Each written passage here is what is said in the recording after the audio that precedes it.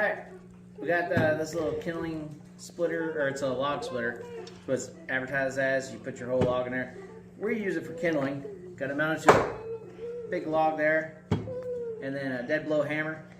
And is it perfect? No. Is it better than a hatchet? Yes. Just take a piece and just kind of trim it down. And split some little pieces off. Make a cut.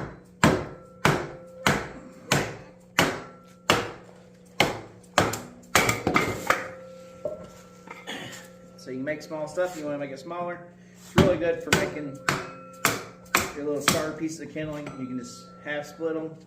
Get all the little fibers out.